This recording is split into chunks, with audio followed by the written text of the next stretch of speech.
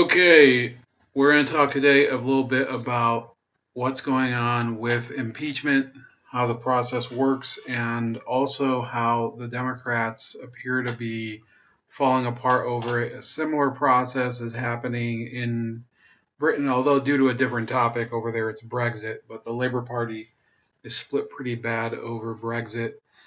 And we are going to address both the process of impeachment, why people are advocating for it, and how it will affect the Democrats, which, spoiler alert, it's not going to help them. But before we get into that, for the time being, I think the best place to follow me is on minds.com. You can follow me at Chef Leopard. I've set up this Leopard Civil Liberties Forum if you want to be able to see my writings as well as videos that I post and see, you have to check in, but you can have it on the mobile app. Another good thing to do is to subscribe to me on BitChute, where I will be manually uploading everything from now on. So you have this article being written already. The scaremongering over Bernie 2020 is already fresh, and you have people claiming that Bernie Sanders is going to be the spoiler because they're assuming, for whatever reason, that he's going to lose the Democratic nomination, which, in my mind, just goes further to substantiate that the DNC is going to try to screw Bernie again, and personally, it couldn't happen to a better person because, honestly, fuck Bernie. Anyway, they were saying here, Democrats are worried that if he doesn't win the party's presidential nomination himself, Senator Bernie Sanders will be a thorn in the side of the Democratic nominee for president, especially if his former vice president, Joe Biden. The Democrats worry that Sanders won't be a team player if he loses, and that he and his supporters will be particularly problematic if Biden or another rival seen as out of step with the progressives come out on top. I think Bernie will do everything in his power to elevate himself by pushing others down, said one aide to a Democratic senator. A senior aide to a second Democratic senator said concerns about Sanders dividing the party next year are widely held, even though everyone in the Democratic conference is holding their tongue for fear of making things worse. So what this is trying to say is that people don't feel comfortable saying what they really think about Bernie Sanders, which is that he's going to ruin their whole racket, which is really, that's their problem. They don't have any issue with just, any other clown winning the nomination, except for Sanders, apparently. The aide said that when it comes to Sanders, there's a concern among Biden supporters that this guy is going to play spoiler again. The worries follow a bitter 2016 primary fight between Sanders and former Secretary of State Hillary Clinton, who won the nomination and then was defeated by President Trump in the Electoral College. Some Democrats have blamed Sanders in part for that outcome, arguing he stayed in the primary against Clinton too long and that he did not do enough to bring his supporters on board in November. These are all things that are being repeated over and over and over and over again because it is all about just making sure that the important thing is that the party wins the presidential election, not that the person who gets into office is actually worthy of being the president. And that's the problem with the Democratic Party. It's more about the power than about the motivation for having it or the motivation for wielding that power. They would be fine if Snively Whiplash won the nomination. So what does that have to do with impeachment? Democrats, I believe, are so concerned with impeachment that they are essentially, they're gambling on it because they're afraid that it doesn't matter who's going to win the nomination. They can't defeat Donald Trump because they're not a united party and there is no united message. And not even Bernie Sanders, who is the other populist from 2016. Not that there couldn't be other populists in the Democratic ranks, but they're afraid more of Sanders because he will, he not even he would be able to get the Democrats across the finish line against Donald Trump. And I think they have a reason to be afraid. So this was on CNN earlier today, or actually on the 29th. So that was Wednesday. And it was this interview with Alan Lichtman, who has predicted the past presidential elections, and he's going to make the case for why the Democrats need impeachment because it's the politically correct solution. He studies the past for a living, but Professor Alan Lichtman has also made a name for himself by looking into the future. The historian has correctly predicted the last 9 presidential elections. Look at all the faces on your screen, he called, from Ronald Reagan in 1984 all the way through Donald Trump in 2016's biggest political upset in modern U.S. history. Now Lichtman says, albeit with some caution, since obviously nothing is final yet, but that Trump will win again. But the professor also believes Democrats do have a shot if they impeach him. So let's talk about that. Professor Alan Lichtman is with me now. Professor, good to have you on. Same. Good to be on. So you called. I'm sure they're both being facetious about feeling good about being on CNN. 9 times. 9. And you say now, and I know we're still early and this is not your official prediction, but you think Trump is it in 2020 unless what?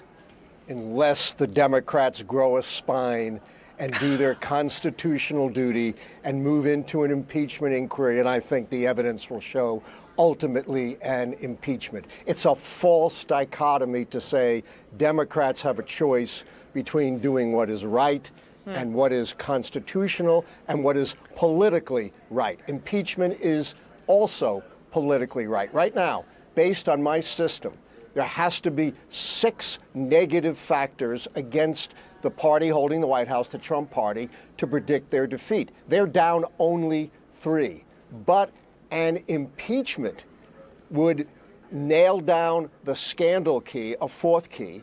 It might trigger other keys like a real challenge to his renomination or a third party enough to defeat him. And let's not forget, impeachment is not just a vote in the House. It involves public hearings as part of the impeachment inquiry, and what everyone forgets, a public trial in the Senate in which House prosecutors present evidence, present documents, make opening and closing statements. You know, Richard Nixon, before all the public revelations, was at 67% approval. It was the public revelations of his misdeeds that drove him down to 25%. But here's the but, Professor, because if you look at it the other way, and you, by the way, very well may be correct, but if you look at the other way, if you consider that Trump is daring Democrats to impeach him, right, that he sees this as this potential galvanizing moment for his party and also those, importantly, who've been on the fence ahead of 2020, might that not backfire on Democrats politically? Absolutely not. You know, why would Democrats believe an inveterate liar like Donald Trump? Obviously, he's trying to dissuade the Democrats. So you can see from that clip that this guy might be some sort of expert on presidential elections and electability, but he's not an expert on what's actually going on, or he's just being facetious about what's happening with regard to the investigation. And the fact is that we're not living in 1972 where all the news filters through CBS and the Washington Post. People are starting to distrust the media more than ever. And all of these 13 criteria don't seem to have any relevance to Donald Trump. A third party. Does anybody really look at a third party as being a valid challenge to Donald Trump in 2020? In fact, if you really are honest with yourself, you realize that the Democrats are more scared of a third party. They're the ones begging Howard Schultz not to run. Then you have things like incumbent charisma versus challenger charisma. I think both of those categories favor not the Democrats, but Donald Trump. Then you also have to factor in this issue of what this scandal would be. You know, he's saying, well, an impeachment would trigger a 4th key, which would be scandal. This is an old scandal. They're not the actual impeachment doesn't create a new scandal. It just brings an older scandal into the public eye. He says about there being a trial in the Senate with House prosecutors arguing the cases. That doesn't help the Democrats either, and I'll explain why. The Republicans want more stuff to come out to the public. Why is Donald Trump declassifying more and more materials? That's not what Richard Nixon would do. Richard Nixon was trying to hide things. That's why he was hiding those tapes and he was redacting the tapes and all of that. It's a completely different situation. So these are people who are just detached from the facts as they are, and there's no helping them. Now, you have here people are actually asking, and these are people on the right, they want Mueller to testify. And you can see that you even have people like Robert De Niro who are demanding that Robert Mueller testify. And the problem is, so Robert De Niro is saying, Mr. Mueller, we need to hear more. So one second, let me just pull this article up.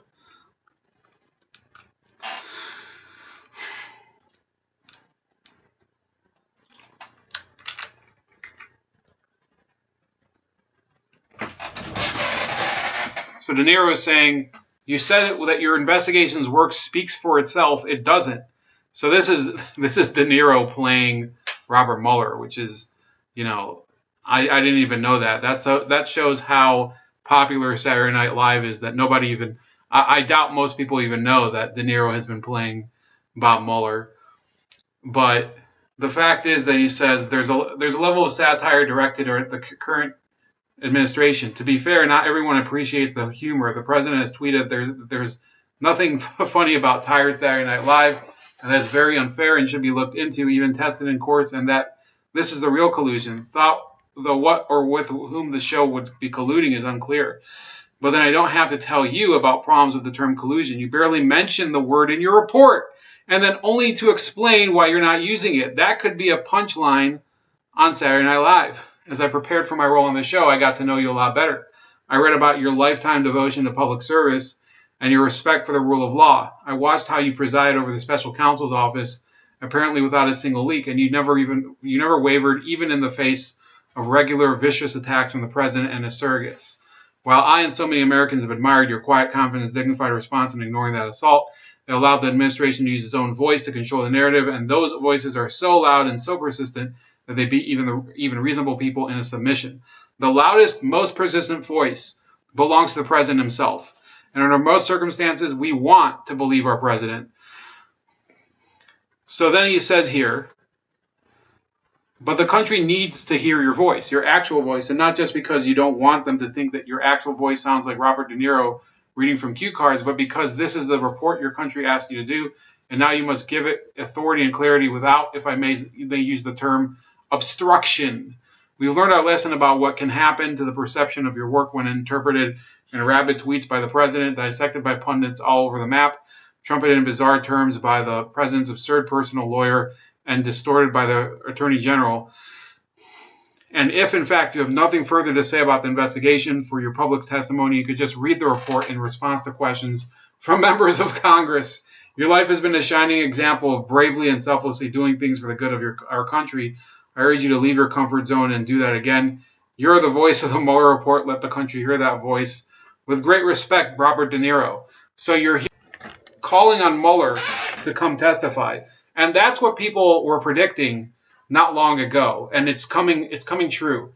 The left, the impeachment left, the resistance left, the pussy hat left has turned on Robert Mueller. And it's going to get uglier and uglier as the Democrats seek a way to just get him to validate their nonsense and to throw them a life raft, essentially, and validate this impeachment.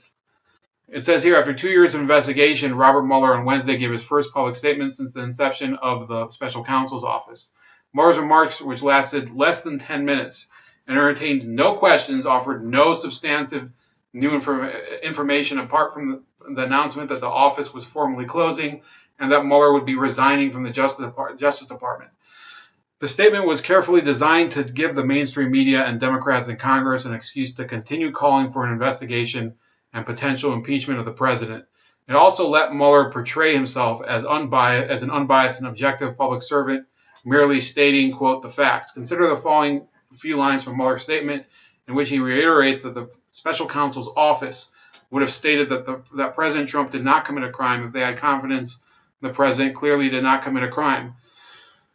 So it reads, and set forth in the report after that investigation, if we had had confidence that the president clearly did not commit a crime, we would have said so. We did not, however, make a determination as to whether the president did commit a crime. The soundbite will no doubt be repeated ad nauseum by the corporate left-wing media and congressional Democrats for the next few days. They will make the obvious argument that Mueller said, one, because of the Department of Justice policy regarding the indictment of a sitting president, his office would not make a determination as to whether the president did commit a crime. Why not? The policy is against indicting a sitting president, not against discovering that he committed a crime. Two, had his office been confident that Trump clearly did not commit a crime, he would have said so, thus making the determination that the president did not commit a crime. But investigators' confidence that Trump did not commit a crime does not mean that he actually did not commit a crime. Got it? If only life were so simple. Mueller's office made no statement that the president did not commit a crime, and so his office did not make a determination that the president did not commit a crime.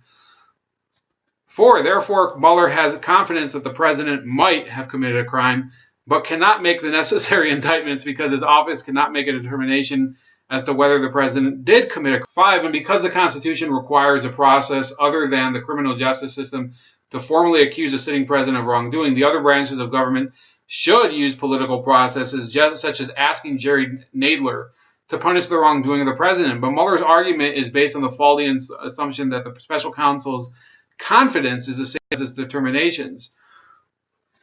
So then it says here, a mere 2 minutes later, Mueller clearly stated that his office had determined that it, quote, would not reach a determination one way or the other about whether the president committed a crime. Emphasis added. This means that even if Mueller was confident beyond a shadow of a doubt that the president committed no crime, he would not have reached a determination. And here we see the clear distinction between, so what this article is saying, this is from American Greatness, which is, it is a very, very pro-Trump source. This is by Carl Naterno.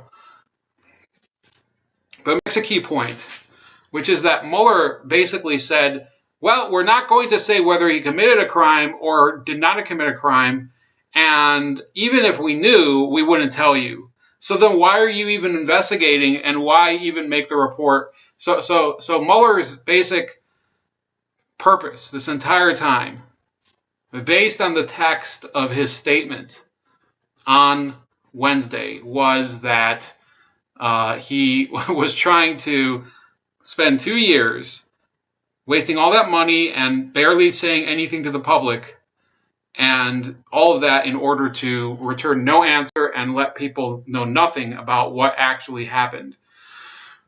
So then it says Mueller wanted to make sure, even though he wasn't making a determination one way or another, he would leave people with the impression that he did.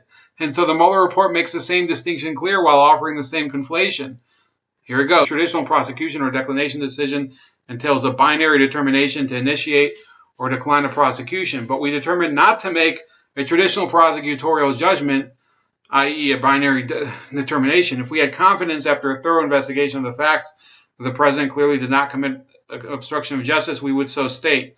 Based on the facts and the applicable legal standards, however, we are unable to reach that judgment. The evidence we obtained about the president's action and intent presents difficult issues that prevent us from conclusively determining that no criminal conduct occurred. So then it says, so this is him continuing. He says, yes, Mr. Mueller, it's always difficult to prove a negative, which is why our criminal justice system begins with the presumption of the accused's innocence. So that's what they're saying. You start from the default mode is that the person is not guilty. And that's actually what Mueller said. This is what I said in the video yesterday. Mueller actually said that the Russian intelligence operatives and officers are presumed innocent. So when you can't when they are presumed innocent, so is the president. And then when you can't conclusively determine that criminal conduct was pursued by the president, that means that the presumption of innocence continues to hold. Okay? Accordingly, while this report does not conclude that the president committed a crime, it also does not exonerate him. But no one asked Mueller to exonerate the president, and certainly no one asked him what his non-factual, non-legal, and non-prosecutorial confidence was, as Attorney General William Barr testified on May 1st. The job of the Justice Department, and thus the job of the special counsel, is not to exonerate. The job of the Justice Department is to determine whether there is sufficient evidence to establish an obstruction, and that this determines whether or not there was a crime. Mueller's job was to make this determination. He declined to make it. By having claimed that they could not make a determination, they did not stop at laying out the facts, much in the same way that James Comey and Peter Strzok invented the extremely careless category to avoid describing Hillary Clinton's actions as, quote, grossly negligent. Mueller and his office came up with the new and nebulous criterion of confidence. But even on confidence, Mueller and his office are vague. All he said was that had the investigators been confident that Trump clearly did not commit a crime, they would have said so. And given that Mueller carefully sidestepped the question of whether they would have stated publicly that they were confident the president had committed a crime, we can assume that we would rather leave the question unanswered and to the fanciful imagination of the mainstream media. So this is a good opinion. I think it is an opinion, but I'll tell you why I think it's a good analysis. They go into the word confidence in this article, or this guy does, no Turno. And the reason confidence is something important is that the people who were pushing the Russiagate nonsense were constantly talking about how the intelligence assessment, the ICA, Intelligence Community Assessment, that was talking about Trump being a Russian agent or Russians interfering in the election. They kept saying that there were 17 intelligence agencies that believed with moderate to high confidence that interference occurred. And while that sounds to the public very, very, very fearful and something to pay attention to, it actually doesn't mean much. If you have confidence in something, sure, that's basically talking about a feeling that's based on something that you know or that you've been looking at, but it doesn't mean proof. It does not mean, when you say you're confident of something, it doesn't mean that you've proved it. It means that you are aware of the likelihood that something is to occur. And that's why that whole notion that we can not decline to prosecute because we're not confident enough that President Trump committed a crime, that doesn't hold in the American justice system. That actually means, if you think about it, that there is a reasonable doubt. The prosecution, in this case, Robert Mueller and his team, are saying bold-faced, while they're trying to cast doubt that the president is innocent, they're also casting reasonable doubt to his guilt. And in the American system, and I believe the British common law system, the existence of reasonable doubt is enough to acquit a defendant. So then you even have here, I think that, this is the... And in the second volume, the report describes... This is John Turley's opinion. He says, the first and purportedly only press conference by special counsel Robert Mueller had the feeling of a Mount Sinai moment for Washington this week. Indeed, his message seemed to be the same as that of Moses, which is have faith and do not question. Mueller spoke some 1,200 words before virtually admonishing the press corps that I hope and expect this to be the only time that I will speak to you in this manner. After refusing to answer questions, he went back to the place from whence he came. So I'll put this in the links. It's too long to actually read. But he says here, whatever space Mueller occupied in maintaining such a position, it was neither created nor countenanced by federal law or Justice Department policy, meaning his declining to issue a real conclusion. Instead, he accepted the job of special counsel and then radically redefined it without telling anyone outside of his staff. In that sense, he failed as special counsel. Mueller was not appointed to be a chronicler of allegations, Mueller was appointed to perform a prosecutorial function in the investigation of a president and his associates. Moreover, he does not get to dictate what Congress can investigate or to stonewall the media. So some people will end up saying, well, look, he would have indicted Trump if not only if he would have been able to do it based on the Office of Legal Counsel opinion, but also based on the information he had available. So that they would say, well, maybe he didn't get all the material he needed. The fact of the matter is that during the Mueller investigation, okay, listen to this. This is very important. Donald Trump and his associates never invoked executive privilege, meaning that whatever documents that Mueller requested while he was actually doing the investigation were given to him. He wasn't denied a single thing that he requested. So that excuse goes out the window.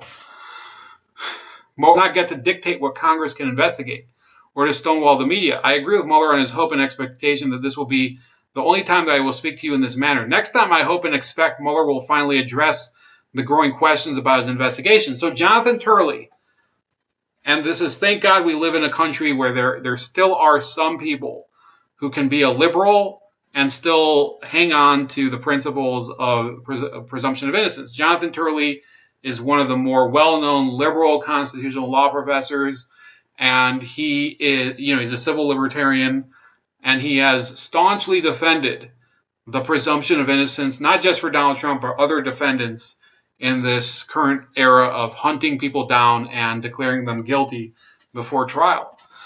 How about we watch this clip with Dershowitz, the Dersh on Hannity. I'm not a great fan of Dershowitz, but let's face it, this is a good time to bring him up. Get it. Now, in the wake of Mueller's political speech earlier today, famed Harvard attorney Alan Dershowitz just ripped apart the special counsel, writing this, quote, by putting his thumb, indeed his elbow, on the scale of justice in favor of impeachment based on obstruction of justice. Mueller has revealed his partisan bias. Fox News legal analyst Greg Jarrett also sharp criticism for Mueller today, writing that Mueller's actions were not only noxious but patently unfair to the president. Joining us now, Fox News contributor Sarah Carter, author of The Russia Hoax, The Illicit Scheme to Clear Hillary Clinton, Framed Donald Trump, Fox News legal analyst Greg Jarrett, and the author of An Introduction to the Mueller Report, Harvard law professor Alan Dershowitz. Professor, I'm going to start with you. I read your column. I almost read the whole thing on radio today. You have tried up until today, and we've had much disagreement on this, to defend Mueller, to respect the process, even though we all know that under Article 2, the president always had the authority to fire him for conflicts, etc. He would have just been replaced. Very few people seem to point that out. What did you see today that changed your mind?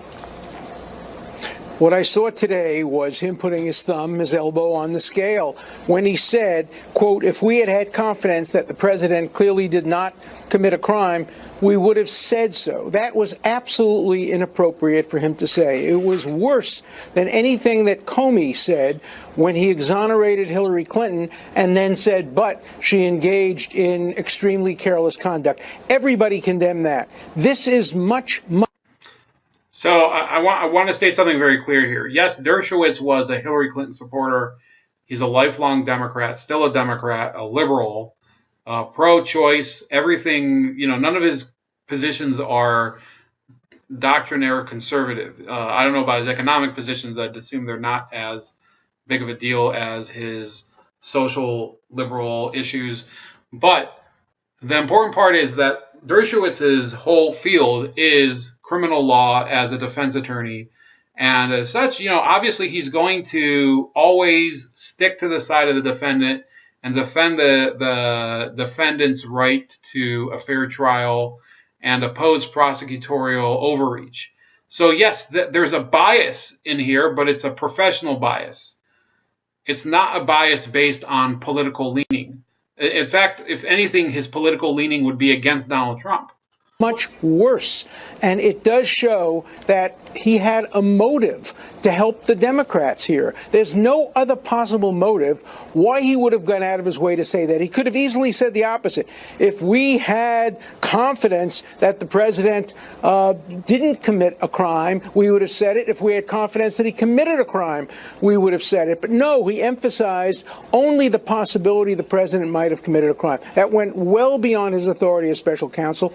It also showed we never should have had a special counsel. We should have had an objective, neutral, nonpartisan investigative commission looking into the entire effort of Russia to intrude itself into the 16 election and continuing to the 20 election and proposing efforts to ameliorate that in the future. A special counsel was a terrible, terrible mistake, and I think Mueller's statement today proves that beyond any doubt. Greg, you wrote a So that was the Dersh, obviously, but I want to emphasize a little bit about why that's going to tear apart the Democrats. And that's the fact that it's Dershowitz is besides the point. I think that a lot of old school Democrats who happen to be not as passionate about some of the social issues that are going on in the country, I think a lot of them are going to sit out this election if they find that the candidate that is going to be nominated seems to be a little bit on the wild side. Does that mean the Democrats should look for a centrist in order to get those people into the voting booth? I don't think so. I think you do have to wonder, senior citizens are a very dependable voting bloc. They always go out to vote. But I wouldn't say that senior citizens tend to be centrist, because there's senior citizens across the political spectrum, and a lot of them are progressive. The issue that I'm seeing with the impeachment process is that it's actually not uniting the Democrats. You see some Democrats are so gung-ho about impeachment, like Maxine Waters and Eric Swalwell and Adam Schiff and Al Green, and they look at it as almost a moral imperative, a crusade of theirs. That's what they look at impeachment as. And then you have some Democrats are very skittish about it for political reasons. Those would be people like Pelosi and, you could say even Sanders has said on the record that he can't conclusively determine whether Trump should be impeached because he's going to be essentially one of the jurors if there's a trial in the Senate. That's what happens when I actually mentioned this to somebody today. We were talking about the Clinton impeachment, got into a totally different conversation about Mark Rich at work in a non-political way. But when you get impeached as president, that means that the House is saying we have the merit to put you on trial. We have the ability. We have basically a case here to bring you to trial, and the Senate will determine whether you should be removed from office. That's why it's so difficult to actually remove a president from office, because the impeachment doesn't mean much more than we're going to kick it up to the Senate so that if 2/3 of them, so 67 senators at this point, would have to vote to remove Donald Trump from office, and that's what impeachment would be. So those people who are saying, well, if this goes to the Senate, there will be great public outcry because people will finally see what Donald Trump did. No, there is no more evidence available beyond the Mueller report about any of this Russian collusion or lack thereof. But there is more and more evidence, and this is what the Democrats should really be afraid of. There is more evidence than ever that this was an effort, a political effort to torpedo a candidacy, first and foremost. And then when the candidacy wouldn't be torpedoed, it was an effort by the intelligence agencies. It was an effort by the Justice Department's own deep state people, the permanent aristocracy of our country, to remove this president and nip his administration at the bud and continue things as they were before. So that's basically the division on the Democrats. There are few Democrats who are willing to say, look, this is complete nonsense and we should be absolutely fine knowing that the president did not conclude with Russia, according to the available evidence. Tulsi Gabbard, to her credit, and I think people should embrace people like Tulsi Gabbard, people who are willing to go out there and admit when things are not convenient for their side. She has actually said it's good that we found that the president did not collude with a foreign government to rig the election. And then people would rather, this is what's so funny, the media would rather pay attention to a congressman from the Midwest, like Justin Amash, who has apparently ambitions to run perhaps as a third-party candidate. They would rather embrace him because, he's a Republican and he's going to say that, Trump basically did obstruct justice. There's plenty of evidence in the report. Look, Justin Amash, I saw a clip of him today. Justin Amash, it's pretty clear, is latching onto the report because he takes Mueller at his word. And the rest of the country is looking at Mueller and they're saying, what the hell is he even saying? Even Robert De Niro, a person who put all of his stock in Robert Mueller, has said. And here, Mr. Mueller, is where you come in, where you need to come in your news conference. You said your investigation's work speaks for itself. It doesn't. So Justin Amash has to have an ulterior motive for what he's doing. And therefore, all this stuff about, there are card-carrying registered Republicans who are opposing Donald Trump. That shouldn't matter. There are registered Democrats who are supporting the president.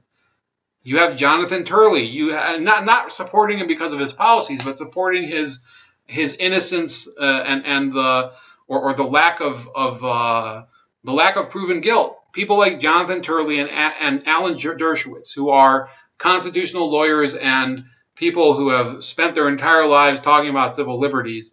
Whether you like them or not, they have greater weight in this debate than some guy from Michigan who has an axe to grind with Donald Trump. So that's about it. Please like, share, and subscribe. Also subscribe to me on Minds.com and on BitChute. Those are both Chef Leopard, as you can see right here. And on Gab, you can find me at Starscream85 if you want to contribute. It's Subscribe Star, also Chef Leopard. Talk to you later, and let me know what you think. Have a great Friday.